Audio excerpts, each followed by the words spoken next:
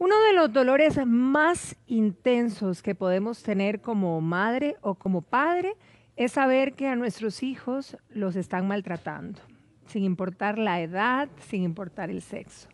¿Cómo debemos actuar los padres frente a esta situación? Hoy tenemos dos expertos en nuestra casa para abordar este tema y por supuesto todos ustedes en casa están invitados también a ahondar en él. Está con nosotros la psicóloga Giselle Mata. Giselle, Buenos bienvenida, días, muy buenos días. gracias. Y por supuesto el licenciado Pedro Chávez. Pedro, muy buenos días. Igualmente, mucho gusto. Bienvenido. Gracias. Giselle, ese sentimiento, ¿verdad? Esa cosa que sentimos nosotros como padres cuando nos maltratan a un hijo, ¿hasta dónde puede llevarnos? Mira, hasta donde tengas menos pensado, porque son parte de nosotros. Los hijos son, esto de ser padres y madres nunca se acaba. No. Así es. Por supuesto que vamos teniendo ciertos límites, porque no es igual que te maltraten un bebé a que te maltraten un adulto, pero siempre el sentimiento de madre o padre va a estar involucrado. Son parte nuestra, ¿verdad? Pero siempre vamos a tener que respetar, poner esos límites sabiendo que ellos son adultos y que tienen el derecho y el deber de aprender a manejar su vida.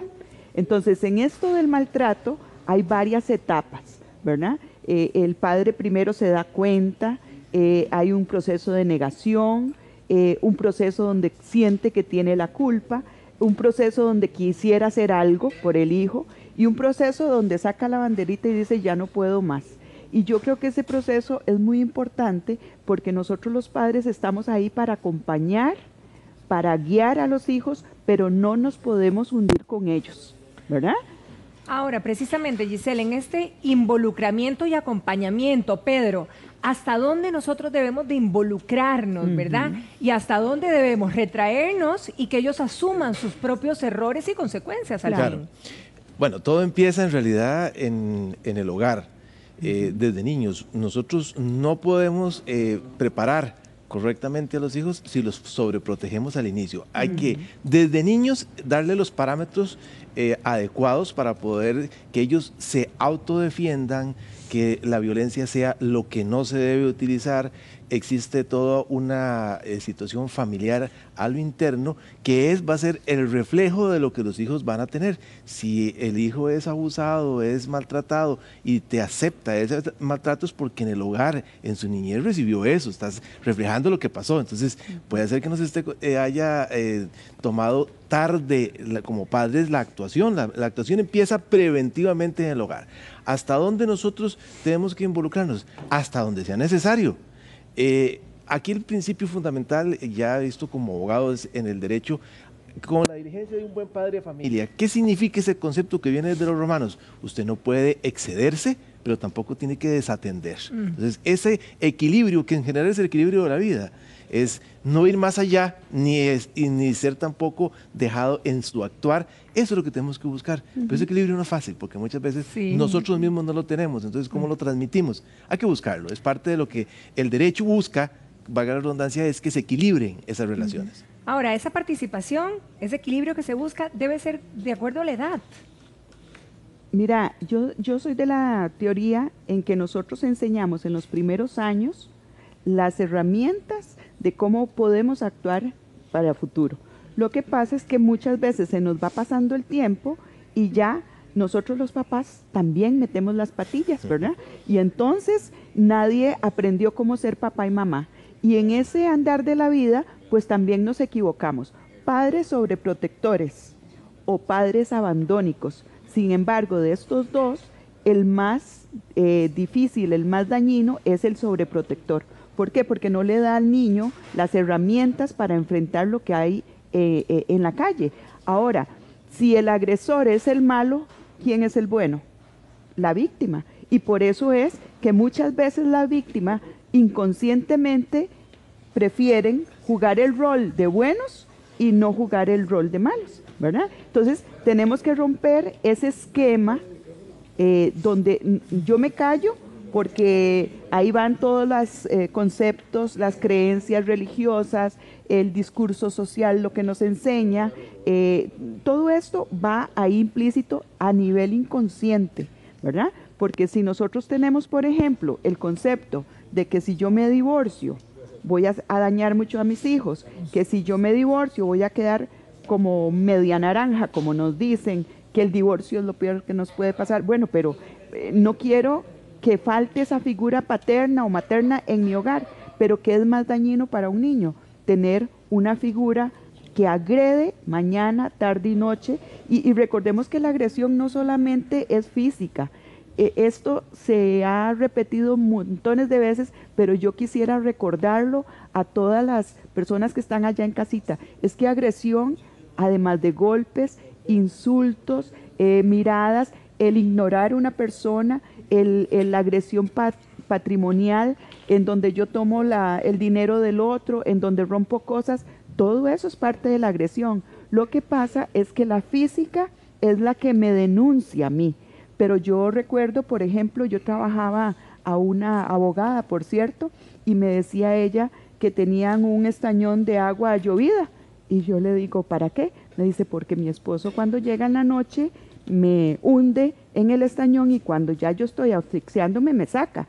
Y yo decía, ¿pero por qué? Bueno, es que no queda ninguna señal, ¿verdad? Y uno se pregunta, ¿cómo una mujer de estas, con su profesión, con un nivel cultural, esto quiere decir que la agresión no tiene ni edad, ni sexo, ni tampoco tiene nivel social, ¿verdad? Esto se da en todos lados. Ahora, volviendo, ¿verdad?, digamos, a los hijos y preguntándose, Pedro, ¿cuándo uno debe intervenir? Y antes de que me respondas, quiero comentar precisamente el comentario, valga la redundancia, de dos amigos o de una amiga televidente que dice, a nosotros nos sucedió una situación con nuestros hijos que los dos realmente reaccionamos como leones. Esa es la experiencia que tuvieron ellos. Claro. El principio general que tenemos que partir es todo aquello en que tenga comprometida la salud física, la salud emocional, la vida o eventualmente la posibilidad de que se lesione a un ser humano, sea hijo o no sea hijo, nos hace intervenir. Cuando digo sea hijo o no sea hijo, porque muchas veces, y esa es una situación interesante, los padres defienden a la nuera o al yerno, dependiendo del caso. Entonces, no necesariamente tiene que ser el hijo, puede ser que más bien están defendiendo del hijo, que es el que está tratando de agredir. Entonces, en el momento en que se ponga en riesgo la salud, la integridad, la vida de la persona, hay que intervenir. Es más, es obligatorio. Nuestro código de penal establece que la negligencia es sancionada, y es sancionada porque usted tiene el deber de salvaguardar la vida y la integridad de las personas. Entonces, ¿cuándo intervenimos? Cuando hay riesgo. Cuando hay riesgo o cuando ya está la agresión inmediata, inminente. Entonces hay que reaccionar inmediatamente, no es esperar. ¿En qué casos deberíamos de hacerlo y cómo deberíamos de hacerlo? Bueno, primero es haciendo las denuncias correspondientes, la policía, las autoridades administrativas o judiciales, y de último somos nosotros. Pero si no hay nadie más, hay que actuar. La defensa de los derechos de las personas, y más si es un hijo, está legitimado por el mismo ordenamiento, es la vida la que se está salvando. Perdón ahí, Patri, porque aquí es importante acotar esto. Llegamos a ese punto de la denuncia, de buscar un abogado, de buscar un profesional que nos ayude, ya cuando la situación se vuelve insostenible. Primero es el interno, sí. Eso sí es importante. Porque ahí hay pero no hay que sacarlo. Un histórico familiar, claro. Muchas veces donde se calla, pero ¿en qué momento la persona decide romper con eso? Yo te voy a contar una historia. Yo tenía una pacientita que era constantemente agredida por su pareja. Ponemos la denuncia, doña fulana. Sí, claro. A la semana la quitaba porque el señor le decía que le iba a quitar, el círculo. le iba a quitar los chiquitos, que le iba a quitar. Amenaza. Hasta que un día este señor la golpeó a tal grado que le rompió las costillas y no sé cuántos dientes. Yo tenía que ser respetuosa de la decisión de la señora y yo me ponía a pensar, bueno, esta señora tenía 7 niños, ¿quién va a alimentarle a esos niños? Yo no me podía ser responsable de eso. Hay personas que necesitan que les lleguen a romper las costillas y los dientes. Hay personas que tocan fondo con la primera bofetada. Sí. Yo no sé cuánto las señoras que están en la casa, hasta cuándo van a soportar 15 años, 20 años, 27, 30 años, no sé. Bueno. Pero tiene que decidirlo la víctima. justamente nadie, ninguna mamá, creo yo, bueno, si me pongo en el lugar de madre, No, terrible. pensar en mi hija y que esté en una situación de esas, no me puedo ni imaginar. Y cuando, por ejemplo, una señora nos escribe y dice ella que nosotros no somos capaces de imaginarnos lo que una puede sentir La impotencia. cuando literalmente le están leñateando a su hijo. No, es que si yo increíble. pensara en mi hija y que esté en esta situación, no les digo lo que yo puedo hacer, no les Además, diría. Y ella dice, ¿cómo pasa esa línea de ser capaz, no quiero decir de hasta qué, o de tener ese punto de reflexión? Nosotros no sabemos cómo vamos a actuar ante una determinada circunstancia. Sí, Influyen muchos factores, Sí, no sí. solo uno. Existe un historial de vida, una personalidad, un perfil de actividad de vida, cómo hemos realizado, una actividad física incluso, porque una persona que es más fuerte, claro. tiene más posibilidades Sí, y de se siente defender, más capacitado sí. para hacerlo. Pero además existen aspectos psicológicos, legales también, que nos inhiben, nos ayudan a tomar decisiones. Entonces, en realidad, el ser humano es muy, muy difícil predecir Una caja cómo de va a actuar. sorpresas, sí. Aquí como estamos nosotros actuando en ese momento dado, Lúcidos y exacto. diría yo, en frío, sin tener la sangre caliente. ¿Por qué digo caliente? Porque tenemos adrenalina, tenemos endorfinas, tenemos una serie Y hay de un sustancias que instinto, todas se además, unen, claro. y además está el instinto de sobrevivencia. y de protección. Entonces, Y ahí es además- donde empieza el problema. Y además, Claro. recordemos que a nivel fisiológico, primero actúa la emoción Y y, después luego la la razón. razón. Así es. Entonces, después de que yo le doy el golpe a la persona, después de que me defiendo, después de que hago lo que hago, digo, ups, Yo- ¿qué hice? Eso se ¿Por llama qué? inteligencia emocional. ¿Verdad? La El inteligencia control de emocional las emociones. es lo más difícil de controlar, porque el cerebro que está respondiendo en ese momento es el trasero, que es el primigenio. Y en esas circunstancias nosotros actuamos como actuaría el hombre primitivo. Claro. Pues la se llama amígdala cerebro se exactamente va igual. disparada. Pero ¿qué pasa? Porque, por ejemplo, hay mujeres y que ellas mismas dicen, ¿por qué me cuesta tanto pedir ayuda cuando veo y soy víctima? Porque también es una víctima de ver que a mi hijo Claro. le están pegando, lo están agrediendo de diferentes formas. ¿Por qué me cuesta tanto pedir ayuda? Fíjate que hace unos días me mandaron un video muy bonito y muy interesante. Es una persona que hace una teoría de que las personas siempre vamos a necesitar caricias, ¿verdad? Y entonces esta persona pone el ejemplo de que qué pasa cuando nosotros andamos en un desierto y vemos, nos estamos muriendo de la sed y vemos un charco de agua, aunque sea sucio, cochino, pues nos vamos a tirar a tomar aquella agua porque hay mucha necesidad. Entonces, cuando las personas no tienen caricias positivas, pues antes de no tener nada, prefiero tener algo y buscan las caricias negativas. O sea, el ser humano va a necesitar siempre algo. Y estas personas, cuando carecen de esas caricias, no estoy hablando de las caricias físicas, estoy hablando de la atención, de palabras positivas, del cariño, ese tipo de cosas. Al no tener eso en sus hogares o en su vida, prefieren agarrarse de algo, aunque sea una caricia negativa. Tienen a alguien, tienen algo, ¿verdad? Y se aferran a eso. Y está también la teoría del Estocolmo doméstico, ¿verdad? Que donde la víctima se identifica con su agresor, lo justifica, cree que ella tiene la culpa, cree que ella tiene que permitir ciertas cosas porque él tiene la autorización, el mando, ¿verdad? La posición jerárquica. Temas culturales, Exacto. desgraciadamente, muy, Mucho. muy arraigados en Mucho. algunos sectores de la población, no está del mundo, en algunos más fuertes, en otros más débiles, pero es ese tema del machismo, del control, El del machismo. poder, hace que muchas veces este tipo de situaciones se mantengan, se consolidan más bien. Y el síndrome de Estocolmo es la parte más difícil, porque precisamente es esa relación con el agresor que no la deja romper. ¿Qué pasa, por ejemplo, Exactamente. Pedro, y no sé si en experiencia, digamos, en los casos que has tenido, cuando los hijos de repente son agredidos por el padre, o puede ser por la madre, pero bueno, generalmente ha sido por el padre, y de repente aparecen con un ojo morado, aparecen agredidos, y les cuesta contarle hasta a la mamá.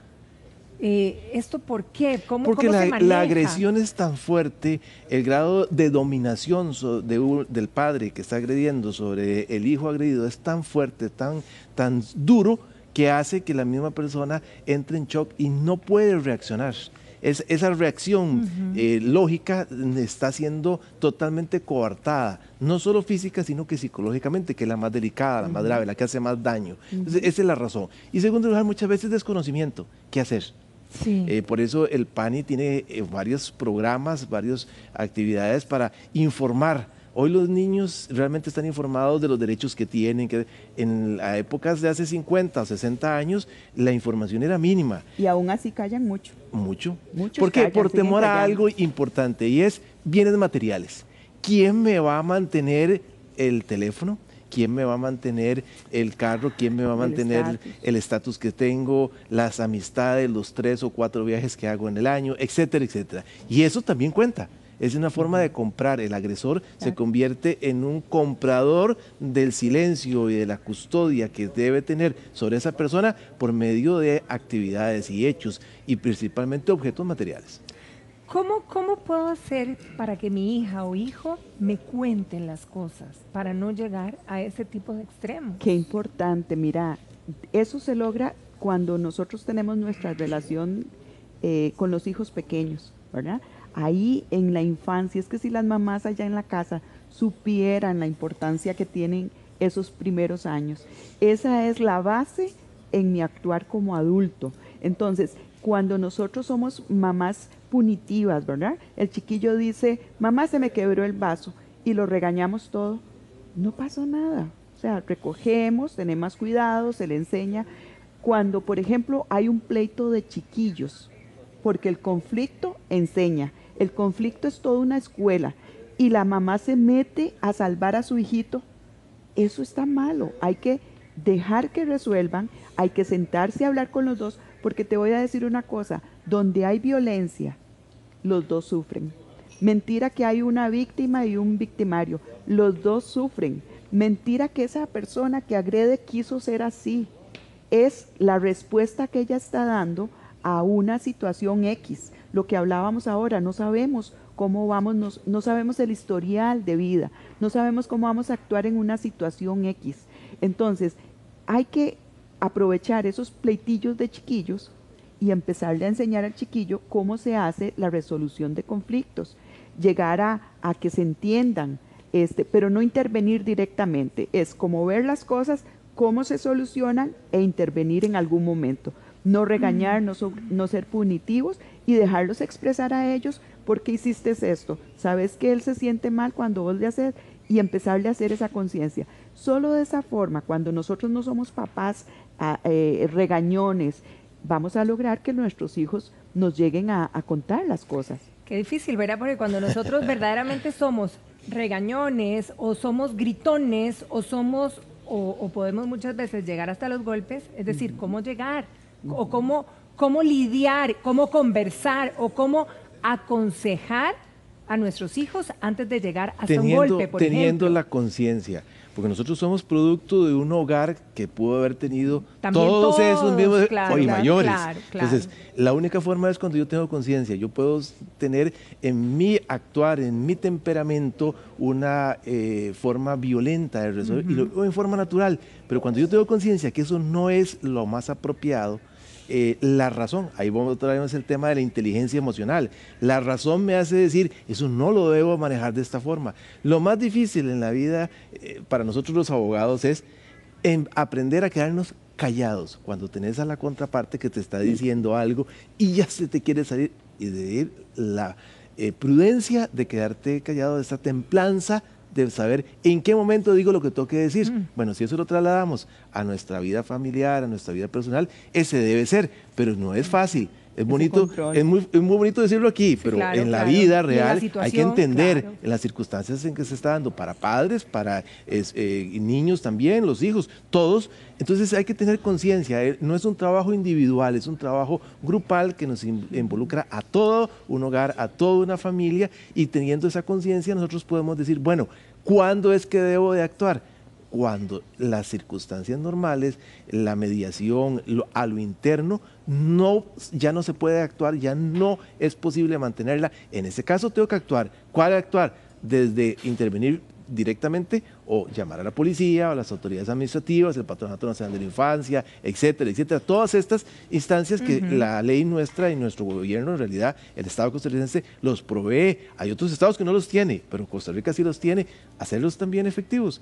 Y no solo tiene la activación, la hacen las personas perjudicadas, también lo hacen los que conviven en el hogar, y los vecinos también, el contexto social, porque si vivís hoy día en un condominio, el condominio se afecta. Y se da cuenta, total, claro, se entiende perfectamente, cualquiera puede actuar. Todos nos afectamos. Ahora, por ejemplo, otra amiga televidente nos dice, bueno, en la vida real, ella precisamente está criando chicos y dice, bueno, yo les enseño a no golpear, pero ojo, si hay chicos violentos alrededor de ellos y les golpean, también a que no se dejen. Y esta es la premisa de muchos, pero ¿cómo manejar esto? ¿Cómo darle equilibrio a esto, Giselle? Bueno, la vida es un equilibrio, Patri. Nosotros salimos a la calle a manejar y a veces nos topamos con caballeros o damas que nos dan el espacio, que nos ceden el campo. A veces no. Vean que la vida se está llenando de mucha agresión en todas las áreas, en las calles, en las casas. Estamos llenos, compañeritos, ustedes ven en la escuela el bullying, ¿verdad? Yo quisiera decir algo diferente, pero lamentablemente la tolerancia, los niveles de estrés que estamos manejando, el no resolver por las buenas los conflictos, o sea, nos está saturando esto. Estaba leyendo ahora que las estadísticas dicen que países como Honduras, Colombia, República Dominicana son países donde más violencia hay. Yo no me puedo imaginar, nosotros todavía no estamos ni a la mitad de lo que ellos están viviendo. Bueno, esa violencia se vive en todos los aspectos. Hay una violencia constante. La vez pasada hablamos del abuso sexual, que es otro tipo de violencia. Esto es constante. Entonces, yo le diría a las mamás que tienen que educarse, los papás tenemos que educarnos en temas, porque la vida no es solamente andar bonitos por fuera, tenemos que andar bonitos por dentro. Y si estamos fallando, necesitamos llevar charlas, terapia, cursos, instruirnos, leer, ¿verdad? Sobre estos temas de las emociones. Ahora, Pedro, un ejemplo, si mi hija me llamara y me dijera desesperada que la están golpeando, que la están agrediendo, por supuesto yo salgo disparada donde esté. Sí, claro. Salgo disparada y en ese camino debo llamar al 911. Ese sería lo más apropiado. Lo correcto sería el apoyo de un tercero. ¿Por qué? Porque usted está bajo lo que se llama en derecho un estado de emoción violenta. Ese estado de emoción violenta es un disparador que tiene el organismo que es primigenio, repito, porque esto es legítima defensa. Y no solo usted, todos los actores están en ese estado. Entonces, la intervención de un tercero objetivo es lo más apropiado. Entonces, el 911 es lo más apropiado, la policía judicial si es que sea necesario, y también el Patronato Nacional de la Infancia. Pero lo que pasa es que muchas veces nosotros ni siquiera tenemos a mano un número de teléfono. El primero es el 911. Ubique el 911, haga la denuncia correspondiente, diga y yo me voy trasladando, quédese en línea para que pueda, incluso se está grabando esa llamada. Correcto. Y eso puede ser la prueba de que usted tomó todas las previsiones y que llegado el momento no había llegado el 911, estaba su hija ya a punto de que la agredieran más o que la mataran, y usted tomó lo primero que se encontró, que fue este Platón, y se lo tiró encima y lo mató. Bueno, es esa circunstancia. Eso quería preguntarte. Si llego yo antes del 911 y obviamente me encuentro en aquella situación y el tipo sigue dándole, y por supuesto que yo agarro lo primero o me sale la fuerza de donde sea y lo garroteo. El derecho se llama legítima defensa. A un proceso judicial, porque se agredió Él una me puede persona. acusar, digamos. Claro que sí, y más, la policía le va a hacer todo el procedimiento y van a ser detenidos todos para ver qué fue lo que pasó. Precisamente ahí es un tema de prueba. Por eso el 911, la grabación, ya tengo grabado. Hoy casi todos tenemos un teléfono inteligente que puede grabar. Toma un video, mantenga el video tomándose en todas las circunstancias. Esa es su mejor legítima defensa. Pero si su hijo está, o un tercero, en que ya lo van a matar, usted tiene la obligación y el derecho de intervenir para salvar. Yo me cuestiono esta situación que estamos comentando, ¿verdad? Yo me la repito 20, 30, 40 veces actuaremos nosotros igual. No. Iremos nosotros con las mismas ganas a defender, a meternos. Si esa persona insiste en quedarse con el agresor, si esa persona otra vez permite, no pone límites, Es que ahí, si otra vez claro, me involucran a mí. ahí tenemos límites. Nosotros no podemos poner ni sustituir a la persona. No. Si la persona no se deja ayudar, será hasta, como bien lo dijimos hace un rato, hasta que se toque fondo. Si no toca fondo, no lo va a poder hacer. Sí. Lo que Pero pasa para que- eso Qué existen duro. entonces las circunstancias eminentemente legales. Denuncie si es menor de edad, está el Patronato Nacional de la Infancia, está el organismo de investigación judicial, están los juzgados de familia, etcétera. Haga las denuncias para que quede la posibilidad de que un tercero valore la situación. No ser uno mismo el juez y parte, ahí es donde estamos en problemas. ¿Hasta Que dónde sea un me tercero. involucro? Ay, bueno, muchísimas gracias. Lo cierto es que ojalá desde la crianza de pequeños no permitamos la violencia, enseñemos a nuestros hijos. Lastimosamente la violencia ha crecido mucho. Y No otra solo cosa, nacional, sino internacional. Patri. Vea lo que está pasando en Así otros es, países. Así es, Pedro. Enseñemos a Giselle. nuestros hijos, pero aprendamos nosotros como padres también, También, porque correcto. eso es necesario. Parte de. Sí, Muchísimas gracias. Gracias a ustedes. Un Que placer. pasen un feliz fin de semana. Igualmente. Igual. Gracias. Gracias. Berito, nos vamos para afuera. Ese jardín está hermoso el día de hoy. Adelante.